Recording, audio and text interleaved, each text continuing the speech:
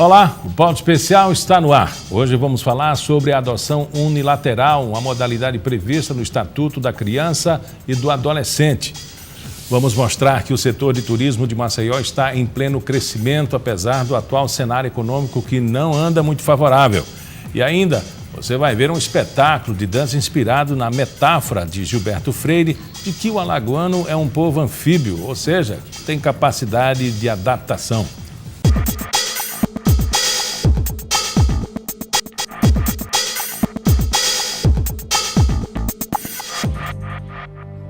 Litoral paradisíaco, diversidade na gastronomia e no artesanato e uma rica cultura popular. Maceió é considerada um dos maiores polos turísticos do país e recebendo cerca de 1 milhão de visitantes a cada ano. E apesar do atual cenário econômico, que anda um tanto desfavorável, essa procura pode ser percebida no crescimento da ocupação hoteleira e no volume de investimentos no setor. Um mar de tonalidades entre o azul turquesa e o verde marinho rivaliza com a beleza exuberante dos coqueiros. Isso é Maceió, o paraíso tropical que encanta cada vez mais turistas. A cidade é maravilhosa, as praias são lindas e o artesanato aqui é bem bacana. Maceió é um lugar muito aconchegante. A segunda vez que eu venho para Maceió é muito bom, gostei sim. As praias muito lindas. Assim, a água cristalina, muito linda. É uma sensação maravilhosa. Eu, de verdade, estou aqui, vai fazer 2 anos em janeiro. Eu não penso nos próximos 5 anos em morar em outro lugar. A Orla Marítima tem um ótimo padrão urbanístico e as opções de lazer são muitas. O passeio de jangada até as piscinas naturais é imperdível. A cultura regional é outro atrativo. Nós estamos na Feira de Artesanato da Praia de Pajuçara, um dos locais mais frequentados pelos turistas. Maceió recebe a cada ano mais de 1 milhão de visitantes. Eles vêm de todos os lugares do Brasil e também de vários países da Europa e da América do Sul. Não é para menos. O litoral é suave e as praias mansas e apropriadas para banho. Maceió dispõe de uma bem montada rede hoteleira. Mais 19 hotéis estão em construção. A diversidade de restaurantes permite degustar pratos que variam do regional ao sofisticado. O artesanato é rico e de uma variedade impressionante. Não é à toa que esse ano Alagoas foi o estado que mais cresceu no segmento turístico em todo o Nordeste. Jaqueline não pensou 2 vezes e resolveu abrir uma pousada em Maceió. Essas praias, essa cultura, foi essa beleza que é comparada do Caribe, que não tem em lugar nenhum no Brasil, só aqui, que é justamente esse diferencial. A adoção unilateral é quando um dos cônjuges adota o filho do companheiro ou companheira. Essa modalidade está prevista no artigo 41 do Estatuto da Criança e do Adolescente. Mas é preciso que sejam cumpridas alguns requisitos para que haja esse tipo de adoção. A juíza Ana Florinda Mendonça, que coordena o Núcleo de Promoção da Filiação, está comigo aqui no estúdio e vai explicar para a gente. Primeiro, explicar esse núcleo celular. Olha, é o seguinte, nós temos dentro do nosso Núcleo de Promoção à Filiação uma estrutura diferenciada dentro do judiciário, né? Existe, inclusive, uma proposta de transformá-la numa vara comum, não é uma vara comum no sentido de ter uma estrutura de mais varas, mas ele continuando fazendo o seu trabalho. Porque, na verdade, a demanda cresceu muito. Inicialmente, nós pensamos apenas em acolher as informações dos cartórios sobre as crianças que eram registradas sem o nome do pai, né? E isso foi em 2009 e daí para cá o número de casos foi crescendo e também foi se expandindo a nossa rede de atendimento.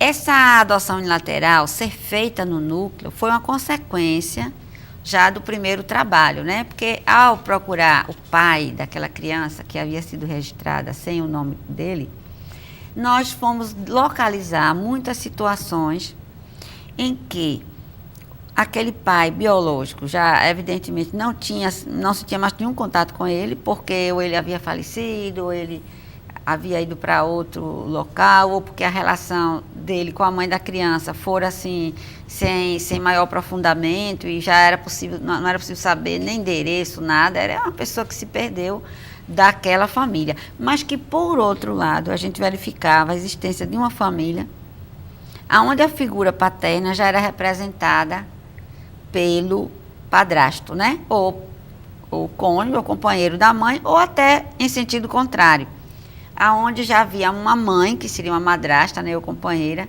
que fazia o papel daquela biológica que faltava na vida da criança. Não fazia mais sentido você perseguir aquela busca do pai biológico, quando na verdade a criança já tinha alguém que ela chamava de pai, né? E que já chamava de filho.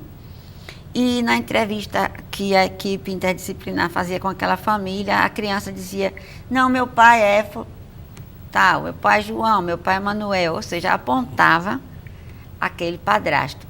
Mas havia uma certa lacuna na questão jurídica, porque como ele não era o pai registral, às vezes ele não podia colocar aquela criança como beneficiário de algumas situações, né? Ele tinha dificuldades, o sobrenome não era igual, e às vezes a mãe tinha outros filhos com aquela pessoa, e a criança notava, não é? Por que que meu irmão tem o nome de papai e eu não tenho? Né? Aí você explicar, não, porque seu pai não é esse pai, enfim, você tinha que explicar a razão para ele, né? Mas havia uma certa insatisfação, às vezes, da própria criança, não é? Sobre isso. Além do constrangimento natural, né, entre a família, na escola, na sociedade, a propósito dos eventos de igreja, e essa legitimação, a oficialização, ele resolve diversas condutas. Né?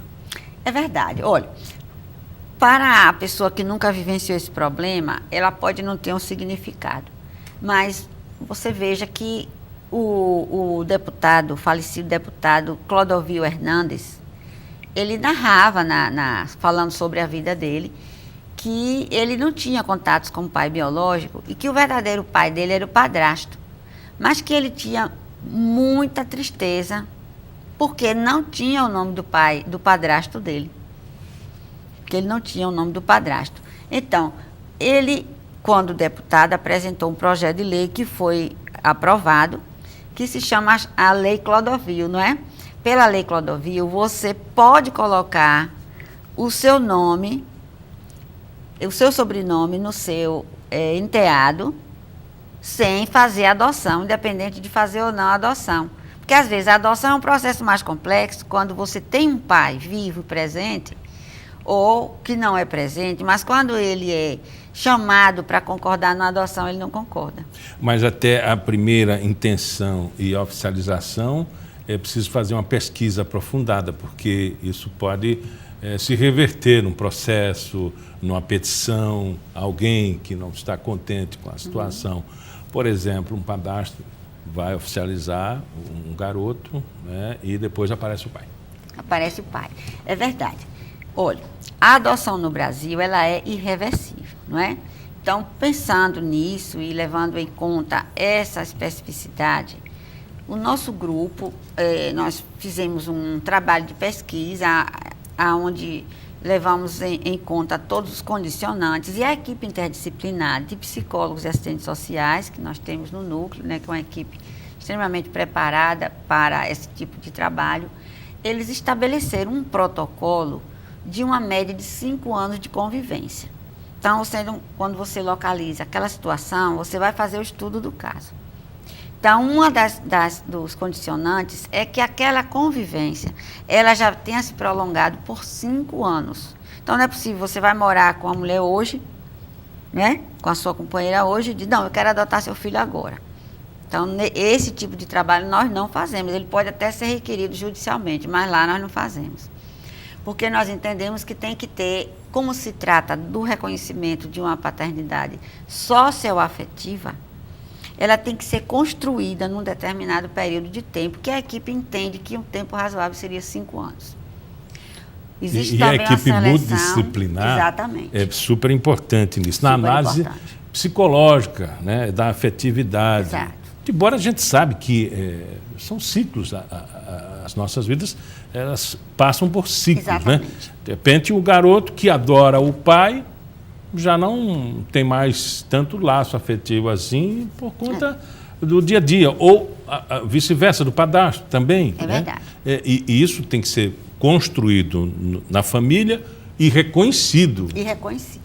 É preciso dizer que o fato de nós localizarmos um padrasto socioafetivo que quer se tornar um pai, ele não impede a busca pelo pai biológico. Nosso primeiro trabalho é a busca do pai biológico. Localizando o pai biológico, evidentemente que esse processo ele não tem curso, porque nós só trabalhamos com as situações de sem litigiosidade, onde há um consenso na família. Né? Por isso que nós chamamos consensual, unilateral consensual. O núcleo não trabalha com as adoções litigiosas, que elas são, evidentemente, de competência da vara de infância e juventude ou das varas da família, onde são encaminhados os casos que entram na litigiosidade. É o querer, a conveniência, a legitimidade. Nós não temos réu. A criança quer, o pai quer, a mãe quer. Agora, se há um pai biológico, aí teria que ter o que? A destituição do poder familiar deste pai. Então, esse caso é encaminhado à defensoria para um processo diferente. E o pai reconhece esse processo? Isso. Então, nós temos uma seleção muito rigorosa. Para você ter ideia, às vezes nós localizamos por ano 19 ou 20 casos que são encaminhados para o estudo. Mas, por exemplo, esse ano nós fizemos 5 casos, só 5. De todos aqueles que nós localizamos, não é? Porque, às vezes, há uma primeira abordagem, dá a impressão de que há realmente aquele desejo. Aí você tem que explicar, primeiro para o pai, que mesmo que amanhã ele não pode condicionar o reconhecimento àquela criança, como filho, ao amor, ao carinho, né? A atração que ele tem pela mãe da criança. Porque amanhã depois ele pode haver uma discórdia dele com aquela pessoa e ele se separar ou ele se divorciar e ele continuará pai para todos os efeitos, para sempre. Pai é para sempre.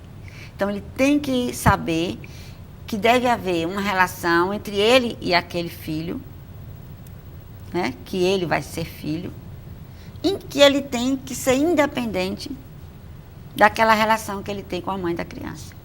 E a criança também, ela tem que saber que aquela relação existirá mesmo que aquele seu padrasto se separe da sua mãe. E eu falo criança, que é um modo de falar, mas sabe que nós já fizemos, inclusive, com adultos, adolescentes, né? Nós já fizemos adoção de adultos também nessa situação.